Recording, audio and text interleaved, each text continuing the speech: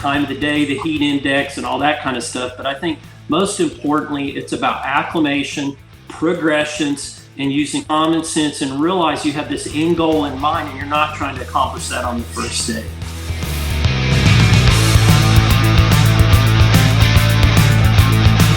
This is Joe Martin, Executive Director, Texas High School Coaches Association. Thank you for joining us today on our podcast. Before we get started, a few updates regarding the spring of 2025. Just reminding you that our 25-26 THSCA membership is available to you on our website. And encourage you to sign up as soon as possible, and don't forget your liability insurance as you do that. Also, coaching school tuition is available on our website currently, and you can go into the portal. You can go to our website and be able to sign up and get your tuition to coaching school, which will be in San Antonio. The Hall of Honor is July the 19th, and coaching school runs July 20 through 22, with a regional meeting being on July the 21st on that Monday, and our general meeting the 22nd. And just reminding you that those two meetings are not the same, and we encourage you to attend both of those meetings, along with the 250 to 270 hours of professional development. We look forward to seeing you at coaching school. The sooner you sign up, the cheaper it is. And providing that you have membership going into coaching school, you'll be set and ready to go coming out of coaching school for the new school year 25-26. As you know, the 89th legislative session started in January. A lot of updates on our website, a lot of things that potentially can impact you, us, all of our coaches and athletics across the state of Texas. So stay tuned to our website. We will be involving updates through Sports U and sending legislative updates as we need you as this session grows beyond vouchers and the UIL bills that are out there. We will be fighting for you in our profession, and we need your help. So stay tuned. When we can get information to you, please respond as soon as possible. Have a great day. This is going to be a great podcast. Hey coaches, did you know we're now offering shows for all sports? That's right, whether it's basketball, volleyball, softball, baseball, football, soccer, you name it, we've got you covered. If you're looking for a way to showcase your program, promote your players, and highlight the amazing things happening with your team, our coaches shows are the perfect solution. Plus, our business model lets you or your booster club raise money while building excitement and support for your program. Don't miss the opportunity to take your team's story to the next level. Find out how you can get your very own coaches show. Reach out to Chris at 713-269-4620 today. That's 713-269-4620, because every team deserves the spotlight.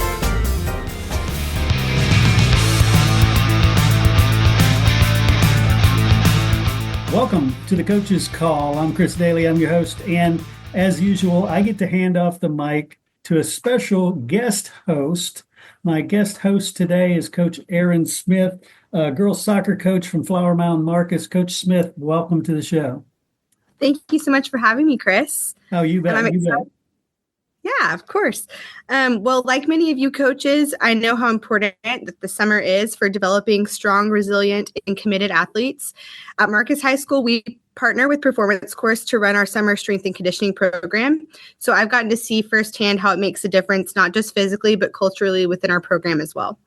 Today, I'm thrilled to be joined by two outstanding leaders in this space, Geno Pierce, the CEO of Performance Course, and Vice President Jeremiah Chapman, an experienced strength coach with a passion for building high school athletes the right way. We're diving today into best practices for summer strength and conditioning, and we're going to be covering everything from safety guidelines to session planning to communication recovery, how to build buy-in from your athletes, and much more. So whether you're a head coach setting the tone for your entire program or an assistant trying to support your athletes in the off season, this conversation will be packed with takeaways for you guys to use in this upcoming year. So coaches, I have a couple of questions for you guys. Would you both be able to briefly share a little bit about your background, how you guys came to specialize in strength and conditioning, especially for high school athletes? Yeah, Jeremiah, I guess I'll start and then you can kind of follow up on it. It's wild. The path to where you want to go is really never a straight line. And I guess what I do is I think about the influences I've had and kind of how I've come to this strange thing that we do, which is we run strength and conditioning programs for athletes at high schools on site. And I think the first thing that comes to mind is probably my high school coach. His name's Rick Jones. And back in the mid to late 80s, this was in Oklahoma, where the coaches were allowed to train their kids back at that time. He was running strength and conditioning programs for kids as young as fifth, sixth grade. And so I think that's kind of where this was born, at least with my love for it. He called it Summer Pride, which was pretty fitting. He's now coaching at the University of Missouri. So I think that was a huge influence. And then the original program that this was kind of born from was called the Adams course. And the guy that started that was Brett Adams. And I was actually the very first kid to ever go through that program, which is kind of ironic. This is the only job that I've ever had. I don't know that many people can say that. I'm very fortunate to say that. I've done this my entire life. I've never had another job. And when I first started this, I did it with my best friend, Yancey McKnight, who's been Division I strength coach for about the last 25 years, Iowa State, Houston, University of Texas most recently. And then at that time, we got involved with Boyd Epley at the University of Nebraska, which is kind of the godfather of strength and conditioning. And then as things evolved, at the time that I started doing this, the coaches were not allowed to work with their kids. So kind of the main influences that really got us started were Todd Graham, who was at Allen High School at the time. This is in the late 90s, early 2000s. Todd Dodge, Randy Allen, and then I think ultimately the number one guy that really helped me think a little bit bigger about how this can help coaches and kids was Joe Martin. And those guys were great influences, and those are really the big reasons why we are where we are right now. That's awesome. Thank you for sharing. Coach Chapman, what do you got? Yeah, so I mean, similar, but actually the funny thing is I went through Adams course when it was still Adams course at China Spring High School, where I graduated from. So we did that, and then for our summer strength and conditioning after that, our coaches kind of, when they were allowed to take back over, started doing it and fell in love with the weight room. There was a huge emphasis for what we did at China Spring, kind of in the weight room. So when I graduated, I knew that's what I wanted to do.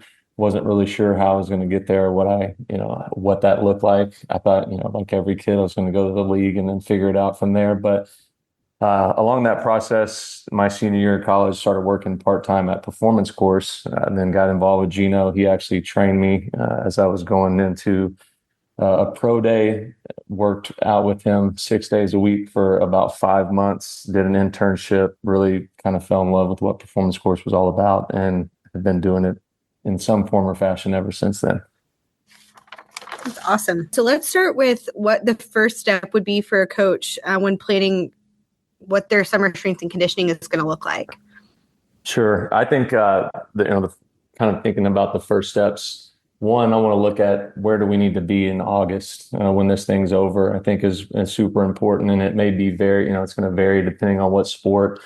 But where do your athletes need to be from a physical standpoint? What are you expecting them to do in practice? Whether you're heading into off season or going into two-a-days or volleyball, which is pretty much you're rolling right into weekend tournaments and scrimmages as soon as August rolls around. So where do they need to be? And then kind of look at the calendar and work backwards from there. Figure out your days and dates and when you're going to have them, and then start to plan kind of accordingly based off of those. Great. And then what about goal setting? So starting, looking at first steps, they're planning. How do you recommend that coaches come up with some clear and realistic goals for their athletes to hit in that time? Well, context matters, right? I think it probably depends on what developmental level that we're talking about. What have they done previously? I think one of the things to keep in mind is the summer is just a brief snapshot of what happens throughout the year. If you really think about it, I don't know, 6 or 7 weeks in the summer. Well, what happened the other 45 weeks? And I think when you look at it, you've got to break it down into the different groups. You have kind of developmental level groups, which would be middle school kids and things like that. And I think really the goals for them are to gain experience, find a love of training, develop fundamental movement patterns, and just understand the value of hard work and setting your goals and what your vision is. Where as you get to the advanced groups, the older kids, the high school kids, I think it's really just a critical building block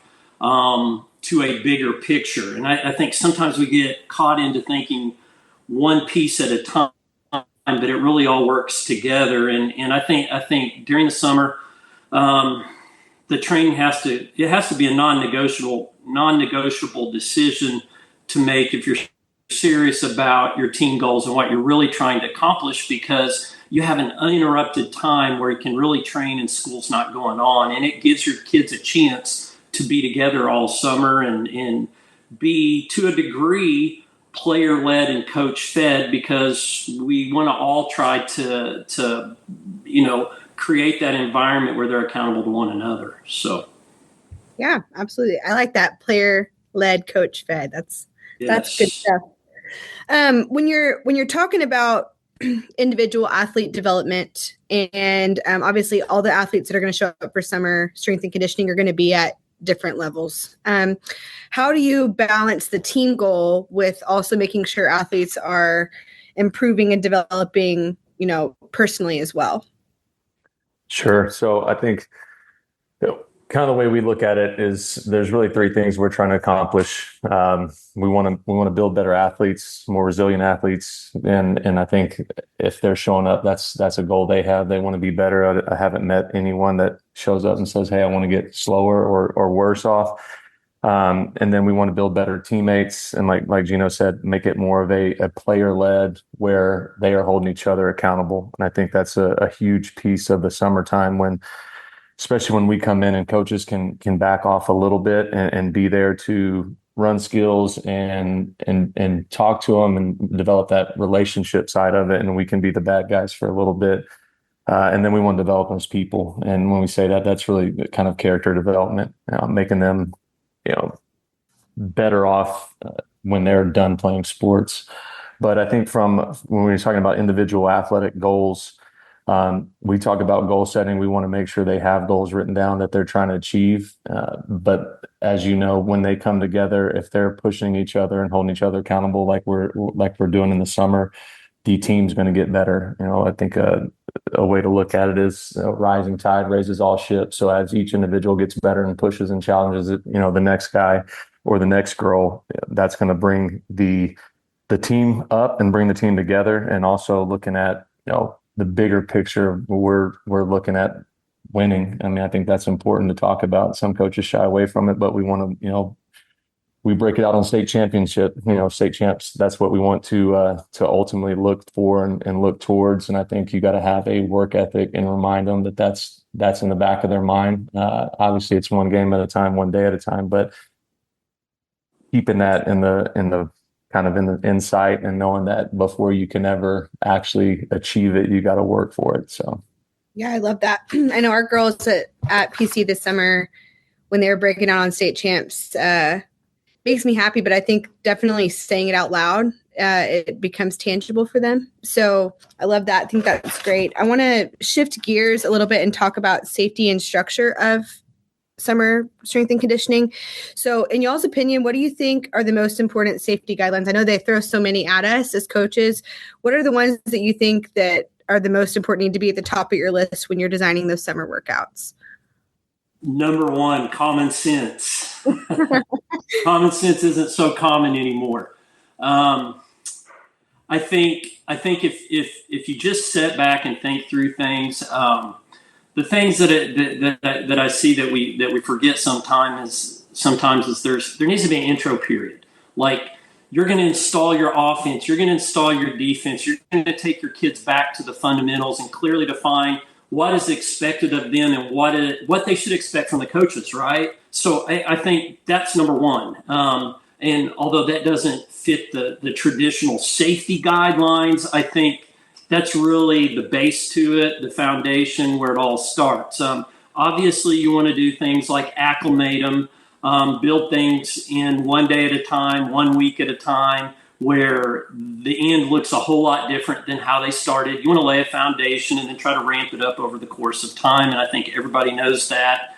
Progression, planning, you've got to realize that it's a piece of the puzzle. And I'll go back to this over and over, but what happened the rest of the year? How does this fit into what you were doing throughout the fall and winter and spring? And then I think that you need to, the summer is a really good time to incorporate education. That's why we call it performance course. So it's like you go to class to become a better athlete. And really what I'm getting around to is I think people get caught up in like the heat and overtraining them and all of that. Well, what you have to realize is most of these programs happen early in the morning. It's cool. They're not there that long, hour and a half, maybe 2 hours. It's not what we do to them or coaches do to them that's going to get them in trouble. It's what they do or don't do before they ever show up there. And I think the education piece with hydration, nutrition, and all those kind of things from a holistic standpoint it really helps with guidelines. Obviously, we're going to use just the fundamental guidelines of making sure that there's plenty of water available, that it's cool, we're not out in the heat with younger kids and things like that. The time of the day, the heat index, and all that kind of stuff. But I think most importantly, it's about acclimation, progressions, and using common sense and realize you have this end goal in mind and you're not trying to accomplish that on the first day. Love it. You touched on a lot of the good safety stuff I was going to ask you, but I think that, when you're planning what your summer is going to look like, I know you talked about having training sessions early in the morning, obviously not in the heat of the day, but what about frequency and like the length of your sessions each day? Like how long is that target range that you think that is a good amount to not overuse legs and things of that nature? Yeah. So Jeremiah, you want me to go into that one just since that's kind of building on it? Sure. Yeah. So typically how we like to look at it is younger kids. We have some youth programs that we do. We'll typically take them 3 to 4 days a week, and they're only for about an hour, 45 minutes to an hour. As the kids get into middle school and high school, we try to think of it more along the lines of 4 days a week, possibly even 5 days a week. We have some 5-day programs where we don't go as long. And those are really more like hour-long sessions as opposed to an hour and a half to 2 hours. Typically on a 4-day program, which is what almost everybody does, we generally like an hour and 30 to an hour and 45. And then we'll kind of build 15-minute breaks in between sessions when groups come in. Usually with the middle school type kids, 6-week programs, I think that's plenty. And with the older maybe possibly 7 to 8 weeks. I think the great thing about the UIL calendar is you kind of have a block in June, and then you have the 4th of July break, which is a real natural kind of recovery period, and then you can come back and go 3 to 4 weeks in July. But for us, we feel like if we're efficient and we're organized, we can be in the weight room for 45 to 55 minutes, and then with our speed development, jump training, movement training, about 45 to 50 minutes. So you're not dragging them up there for, huge 2-hour blocks, and then they have a whole nother hour of skills, and then before they know it, they've been up there 3 hours. So we're trying to be a little more efficient if we can, and that way we get the kids in and out and don't run them into the ground. I think one of the things that you run into is now with skill development, that's a huge factor in how you consider training, because if you go an hour of lifting, an hour of movement, and then an hour of skill development, you literally have these kids up there 3 hours a day, and by the time they get to that last hour, I mean, they're pretty shot. Yeah, that's great. Well, one of my favorite things about performance course is that whenever I was an assistant coach, I kind of saw PC as more of a football centered thing. Like in my head, I think I had this preconceived notion that PC meant football. And it's been really cool as a head coach to see the girls training together over the summer. At least at Marcus, we've got tons of buy-in from these kids. And in my world with soccer, we compete with club soccer all the time, and it's become an all year thing, and it's, it never ends for them. So something that I'm really big on is buy-in and culture. And I know that PC definitely brings that for our girls in the summer. They want to be part of it. So in y'all's opinion, what strategies have you seen work the best for getting high school athletes who could be sleeping in or, focusing on club sports or whatever it may be over the summer? What strategies do you see work for getting them to show up at PC each day? I think the big thing is, and this is where we always start, and I say this to every group that we're with, I think one of the misconceptions sometimes, if you haven't been involved with this, is you think it's football. And obviously we care about football, but we care about all sports. We're training athletes, and there's just a lot of football kids. So I know that kind of, it looks that way at times, but I think the big thing that we're trying to do is sell them on a journey as opposed to a workout. We want to take the kids on a journey, and we want them excited about the destination that they're going to end up at. It's like we say state champs when we break down, because we want them to be intentional about being the very best they can be, and that's ultimately the goal. I also am a big believer that it's important at a young age to develop these, as we talked about earlier, these player-led programs. I think the one thing that I see a lot of is this really has to be stressed in middle school. If you can get them trained mentally before they ever get to you, it's such a big deal. And if you start with the why and the kids know their purpose, then it becomes a whole different outlook with how they do stuff. I think the summertime it's a time to hold one another accountable and grow. And if kids are having fun, and they have fun by being successful, and the great thing about our programs is anybody can be successful. It doesn't matter how much talent you have. If you have great effort, you have great attitude, and you work hard, you're going to be successful. We have kids in our program that are like in the band, and they come and work out. So because they just love to train in that environment, because it's really based off of, and this, I'll round it up here, but we give awards based on this too, and it's belief, leadership, attitude, consistency, effort, and desire. And that is literally what our program is all about. We're a team building program that teaches kids about the power of belief, leadership, attitude, consistency, effort, and desire. And we do something hard to get that across. And I think kids really buy into that. We want them to have fun. We want them to come up there with their friends. And if you start to create these kind of things where they're accountable to one another, they relax. They know they're there for themselves and each other as opposed for the coaches. And I think that's a big deal during the summer, and it starts to create more mature kids that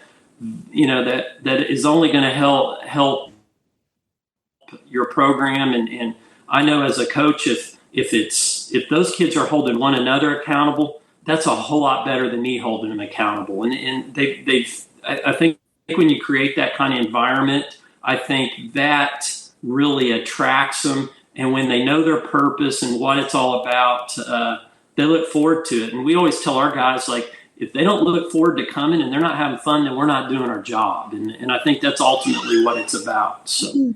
Yeah. Well, and I think that speaks volumes about like having a staff that's building a culture where kids are hungry to be part of it speaks volumes to what you're doing. So whether you're using performance course or your coaching staff on campus this summer for your summer strength and conditioning, you've got to create, it's not just going to show up because it's summer strength and conditioning. Like that's got to be poured into by whoever is coaching your kids. So leading into my next question, I know you talked about coaches have to make it a place where kids want to thrive, and you can give awards and things of that nature. But what can the coaches do specifically to help build that culture up, especially if this may be like their first time to ever run a summer strength and conditioning program, or it's not something that's necessarily in their forte? What would you recommend coaches do to help build that culture? I think Gino said it multiple times, but I keep going back to it. It has to be a player-led. And I think in the summer is super important because they're not in their normal routine. They're not used to, or they don't have to be up there. And we use talking about attitude. They have an opportunity versus an obligation. At school, they're obligated to be there. Coaches are making them work out. Their parents are making them get out of bed.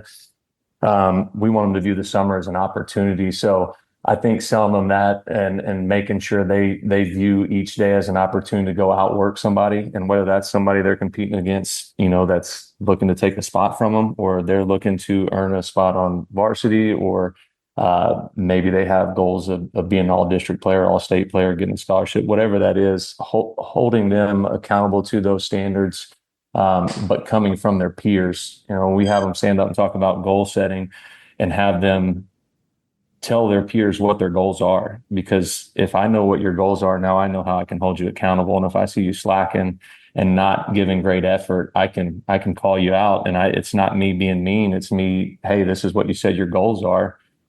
You better make sure you're working towards them. And so I think making that a focus in the summer is something. Maybe that's sitting down at the beginning and writing goals, keeping track in the weight room. We try to track numbers as best we can with the large groups that we have, where they're seeing themselves consistently get better. And I think if you're tracking some of those metrics, that's what builds confidence. And I think ultimately that's strength conditioning. It will build confidence towards, whether they're on the field or court, they step on and know they put in the work and outwork somebody, they're gonna perform better.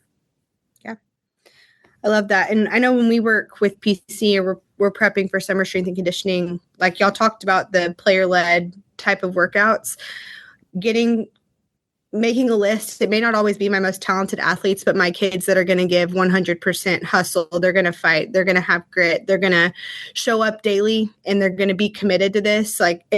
Those are the kids that I want, leading. And so sometimes even having a conversation with them before workouts get started of, hey, I'm putting you on this list. I got expectations for you to help lead this thing and do it the right way, and giving the kids a little bit of responsibility and a job almost to help lead it and make it be a workout in a place where people are coming back, especially like you said, whenever attendance is not mandatory. So awesome. Well, talking about communication over the summer and collaborating, do y'all have any advice for coaches about effectively communicating schedules with parents, with your athletes, and what that kind of looks like?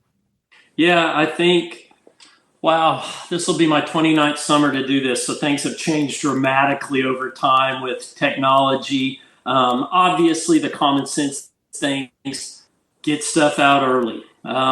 Make sure you're consistent with your message. Clearly communicate the importance of it. If parents understand it's a priority and you get it out early, it makes all the difference in the world. And I think one of the things that we always try to do, and it's part of really our bigger mission, is to teach the kids to take ownership in everything that they do. And so we're constantly, hey, this is not a camp, it's a class. We have taught you things today. When you get back in the car, make sure you tell your parents exactly what you learned. Okay. So, and we always, like with the older kids, I'll even give them a hard time. Hey, that's on you. You should have told your parents all that. And so we're constantly, what I do is say, hey, everybody make sure you walk in and give the State of the Union, because I'm a dad just like your dad is. And I know they're going to ask you, how'd it go? Did you have fun? And did you get worked hard? And make sure you're telling them what you learned and the good time that you had or whatever it may be. And I think that it's really important to put that onus back on the kids, where they're starting to learn responsibility and communicating with their parents as well. And that's such a huge deal. I mean, I'm not giving any, magic advice here. Obviously, you can use social media and emails and all those kind of things. But I think at the end of the day, if the kids are excited about it, they're going to go home and talk to their parents about it, and that solves a million problems. When you're collaborating with your staff, maybe you got to make adjustments, you've got to tweak some things, or just, communicate with them about whatever it may be about your course. How do you ensure that your staff is aligned over the summer? Yeah, are you talking about specifically our staff or us just with if the Coach Floyd at Marcus is dealing with no, you? Tell us what works for you guys, and then that may resonate with some coaches on things that they could potentially use or do in their Sure. So, we have two different ways. GroupMe is one we use it's more of like a group text just to keep everybody on the same page if there's something they need to go look at. But we also use it's called Slack. So I don't know if you're familiar with it, but it's essentially a workplace where you can have multiple channels, different things going on at the same time, where everything's kind of filtered out and it's not all in one place. You can go search for, we have a spot for summer staffing, stuff for the templates, stuff for our speed development, different things where we turn in hours. I mean, we have, there's probably 40 different channels that we've created over the last 7 or 8 years on there, but it keeps everything in one place. And then guys know, hey, you're going to go check the schedule in here. And it's just a way for us to communicate very easily and keep track of everything. Whereas I feel like sometimes in an email or especially a text message, it gets down, lost, and it gets in the shuffle and you can't find anything. So I would say Slack has been huge for us, staying organized communication-wise. When we also use, if I can, I think this is a huge one too. Every Friday we have a quick staff meeting, and we utilize, I'll let Jeremiah explain this because he's more of the expert in this area, but we use Huddle, which is similar to Zoom, where we'll just have a quick 10 to 20 minute staff meeting that morning, and that way we're going through checking lists and making sure we're all on the same page. And I think a lot of times coaches are in and out, but if they would take time just to do they do it from their home, just do it right there real quick for about 10, 15 minutes. It gets them all on the same page for the next week. You can also, if things have come up throughout the week that maybe wasn't communicated to everybody, you can share that. And I think it's a great way to keep everybody on the same page. Yeah, absolutely. And, talking about as you're preparing for summer workouts, knowing that you can have a really awesome plan, but you may have to deviate from that plan. So knowing that it's not, going to be written in stone and making sure to communicate often as you need to make adjustments, that's going to be great for coaches to get through the summer sessions. Moving into some best practices, final advice for our time together today. Could you guys walk me through what maybe a sample week would look like if we're training Monday through Thursday? What you would recommend to a high school staff that is starting summer workouts on their own for the first time this summer? So typically for us, we lay out the summer, and Gino said most of our programs now are on a 4-day split. We'll have, if you're looking at the weight room, more of a traditional upper-lower split, with our Olympic lifts are going to be on Monday, Wednesday, along with upper body, and maybe a few pulls based in there, and then we'll have our lower body. We'll do some type of Olympic or explosive movement every day, but it's typically lower body on Tuesday, Thursday, with some more pulling variation. So we'll try to split the pulling up, whether it's a vertical pull or a horizontal pull. And then with our movement, we want to make sure, and I think this is where maybe they'll see somewhere where they can pull something, but try to match your movement up with what you're doing in the weight room. For us, Monday, Wednesday is going to be more of an upper body or explosive type day in the weight room. So we train speed on those days. So Monday, we're going to hit acceleration and really focus on that and focus on quality versus quantity. It's not a conditioning session. It's short and sweet, 4 to 6 reps at every drill, but really be intentional what we're doing there. Wednesday would be more of our max velocity day. We're hitting top speed. And then Tuesday, Thursday is more of our change direction. It's lower body in the weight room, so we're not opening up and running full speed for long stretches. It's shorter, condensed change of direction drills, and then we may have a little conditioning on the back end of Thursday, knowing they're going into the weekend and they have 3 days. Now that goes, sometimes if I know they have a soccer showcase or something's coming up, or they're going to play 7-on-7. Whatever it may be, that's where we can adjust and change things. But typically that's our layout. We'll come in, we're going to do some type of PAP, which is pre-activation prep, a warm up, try to get them stretched out, moving, tissues heated up, work on some mobility at that time, and then split. And if we have to split half and half, some will go run, some lift, and then we'll switch. We can keep them all together. I mean, that's even better. But with some of the large numbers, you can't do it. Perfect. What are some mistakes that you guys have seen throughout your career that coaches make in the summertime? Maybe some that you see more than others. And then how do you think coaches could avoid those issues? So again, I just go back to this over and over.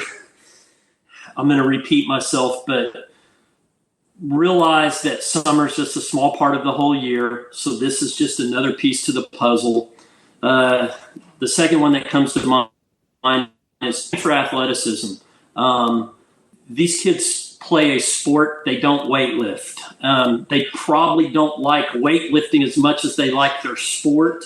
So what you're trying to do is teach fundamentals: push, pull, squat, lunge, hinge. You're going to jump, accelerate, decelerate. You want to really try to focus on what we call the go muscles, which is the back side, your posterior chain, your lower backs, glutes, hamstrings, your back, those kind of things, as opposed to so much pressing and things like that. I think those are two common mistakes. The other one is understand this idea of speed, strength, and power reserve.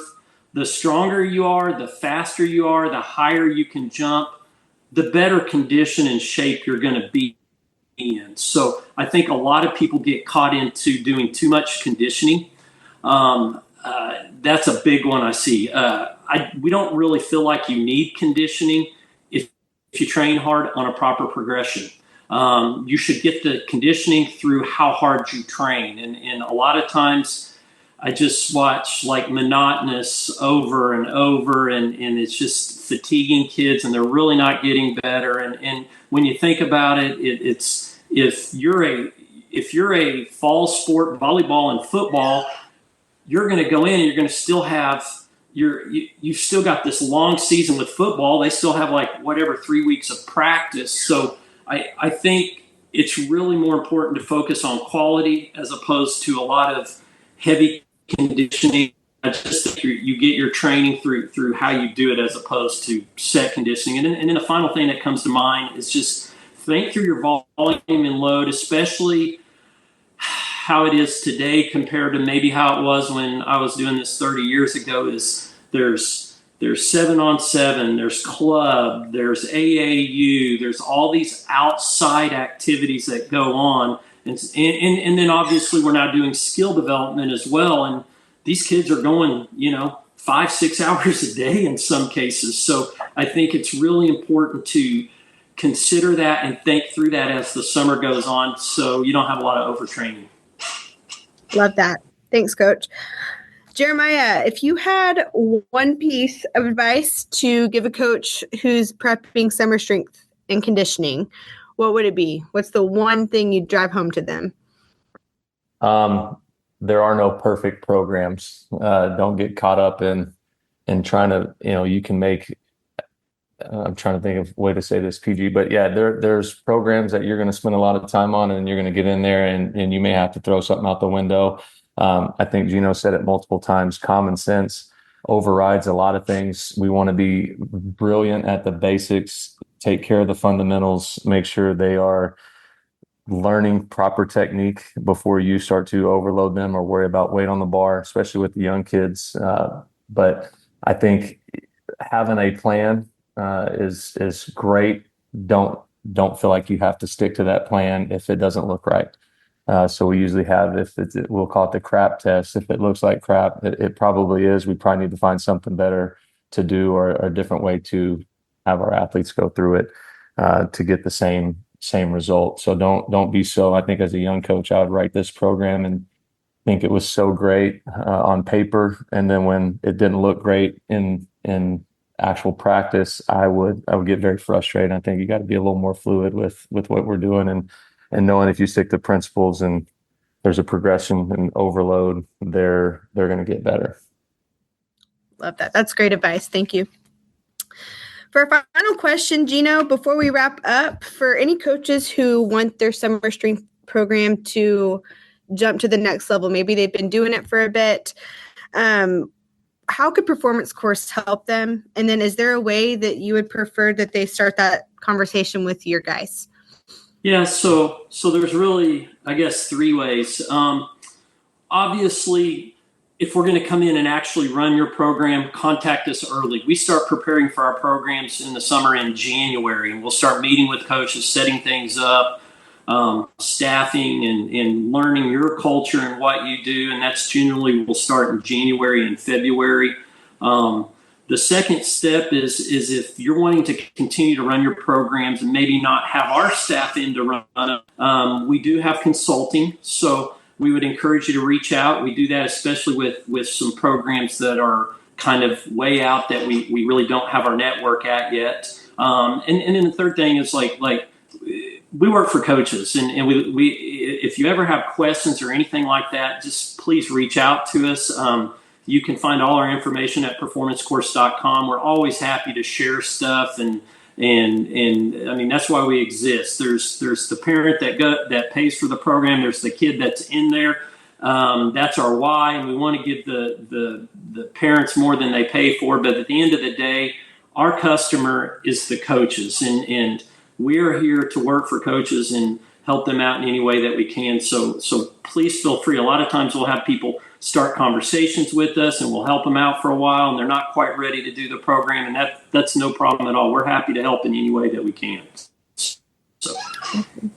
Well, Gino, Jeremiah, thank you so much for chatting with me today. I'm thankful for both of you and what y'all do for kids and for coaches across the state. And thank you for all the advice you've given. I'm sure a lot of people, including myself, will use this as we prep for summer, and hope both of you have a great rest of the week.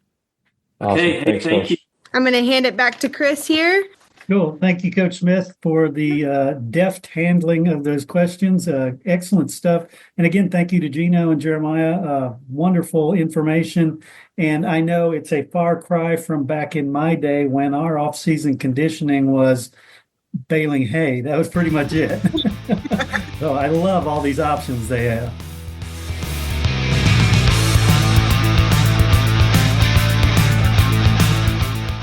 Hey, of course, I want to thank our guest, but I also want to thank you. I want to thank you for giving me what I consider the most valuable thing you can give, your time and your attention. And I know you don't do it to hear me. You do it for the great messages provided by the THSCA.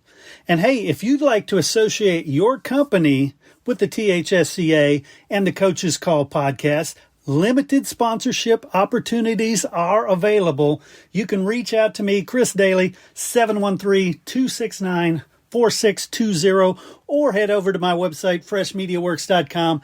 Once again, thank you so much for supporting Texas high school coaches. Please share this show out to everybody you can so that we can help share these important messages. Thanks again, and we'll catch you next time on The Coach's Call. The interviews in this show are brought to you by the Texas High School Coaches Association. THSCA provides to its more than 26,000 members access to the people, events, tools, and resources to help them thrive in the profession, become trusted leaders in their communities, and live balanced and successful lives. The work and sacrifice coaches do every day is vital to the development and success of student athletes. The THSCA supports these efforts. We fight for every coach, provide them with the connections and resources to improve their lives, and help all student athletes throughout the state enjoy lasting success.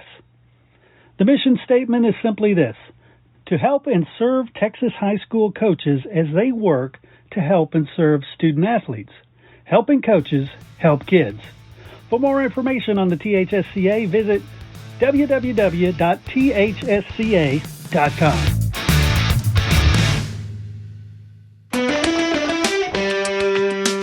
Get ready to tee off with the legends of Texas sports. That's right, the TLSN Legends Golf Classic, a day of golf, glory, and giving back.